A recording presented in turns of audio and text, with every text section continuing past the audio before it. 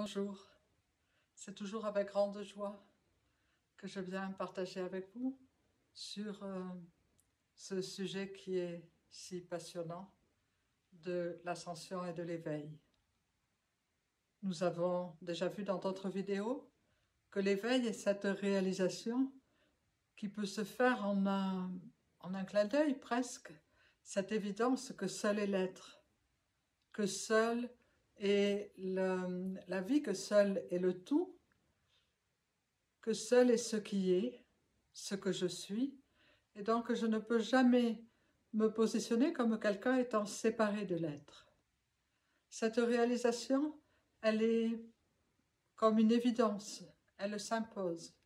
Et après, toute l'incarnation, c'est de l'actualiser.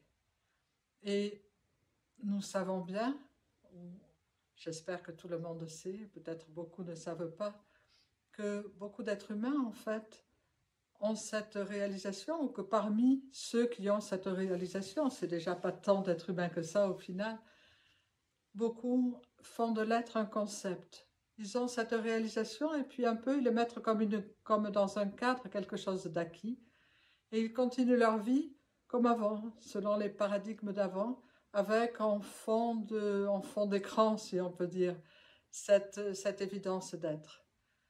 Alors qu'en fait, cette réalisation de l'être vient bouleverser normalement tous les paradigmes et que c'est notre incarnation qui, la passion de notre incarnation, si on peut dire, c'est d'actualiser cela pour que cette évidence que seul est l'être transparaisse et soit la réalité très concrète de tous les aspects de notre quotidien, y compris de la structure de notre corps.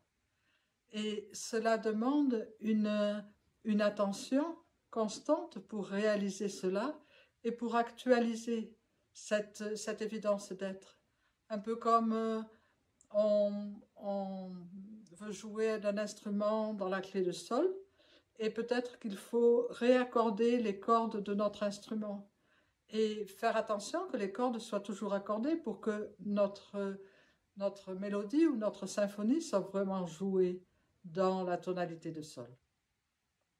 Donc nous avons vu que la première des clés, si on peut dire, pour actualiser cette évidence d'être et l'actualiser jusqu'à dans la structure de notre corps, c'est d'aller toujours au-delà, comme le disait Maharishi Mahesh Yogi, un des plus grands sages de notre époque, ne t'arrête jamais nulle part, va toujours au-delà, aller toujours au-delà de soi et poser son attention et s'identifier uniquement avec cet infini, cet éternel au-delà qui est ce qui est la vie, qui est l'être.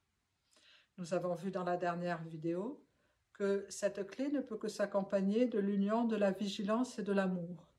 La vigilance pour être toujours en adéquation avec cette question que nous pouvons nous poser, qui suis-je?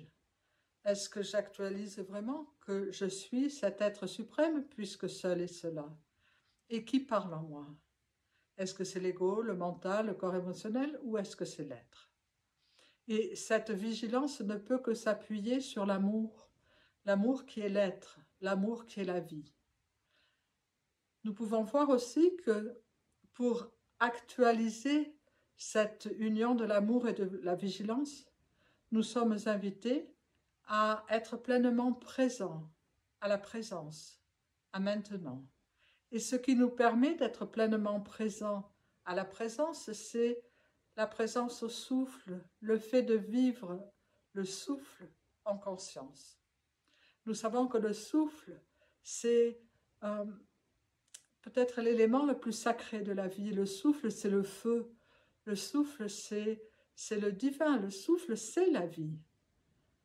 Et il est un peu fou que la plupart des êtres humains vivent la relation avec le souffle en pilotage automatique, si on peut dire, et que la plupart des êtres humains se contentent de respirer un peu entre là et là, ou même entre là et là, ou là et là, enfin peu importe. Alors que l'invitation, c'est de respirer en conscience et de veiller à ce que le souffle traverse le corps. C'est ainsi que nous nous unissons à la terre et au soleil. Donc cette attention permanente sur le souffle qui ne nous empêche pas du tout d'avoir l'attention sur autre chose, puisque cette attention au souffle nous permet d'être pleinement présents à maintenant. Et lorsque nous sommes pleinement présents à maintenant, notre champ d'attention est bien plus large. Et lorsque nous sommes pleinement présents à maintenant, nous sommes là, maintenant, dans cette éternité. Nous savons que le passé et le futur n'existent pas, sauf dans la réalité tridimensionnelle, et que nous sommes des êtres multidimensionnels et que nous pouvons donc choisir d'établir notre vie au-delà de la tridimensionnalité et nous établir dans cette éternité de maintenant. Et lorsque nous sommes vraiment pleinement présents à nous-mêmes, pleinement présents à maintenant, alors nous voyons naturellement que le cœur est le point d'équilibre du corps. Vous savez, il y a beaucoup de gens qui disent qu'ils aimeraient ouvrir leur cœur. Mais on n'a pas besoin de faire d'efforts pour ouvrir son cœur, parce que le cœur est ouverture. Simplement, l'invitation pour que le cœur soit ouvert, c'est d'être pleinement ancré, d'être pleinement présent, d'être pleinement maintenant. Et en sous-produit de cela, le cœur est ouverture et surtout le cœur devient le centre de l'équilibre, le centre énergétique du corps, alors que pour la plupart des gens, c'est la tête qui est le centre d'équilibre, toute l'attention est dans la tête, ce qui fait que la vie est beaucoup vécue au niveau mental, alors que quand elle est vécue au niveau du cœur, la vie est ouverture et elle est baignée par cette douce clarté dont nous pourrons parler dans une autre vidéo. Et c'est vraiment magnifique de partager tout ça avec vous. Les Védas ont exprimé ce vœu, puissent les cieux et la terre être égaux et être un seul. C'est bien cela la nouvelle terre, n'est-ce pas? Cette union entre tous les mondes, pour que ce soit le monde du cœur qui soit la seule réalité, le monde de l'ouverture, avec d'autres paradigmes, un autre point de vue, une autre vie. C'est vraiment passionnant d'être vivant. Merci de votre écoute et à bientôt pour une autre vidéo.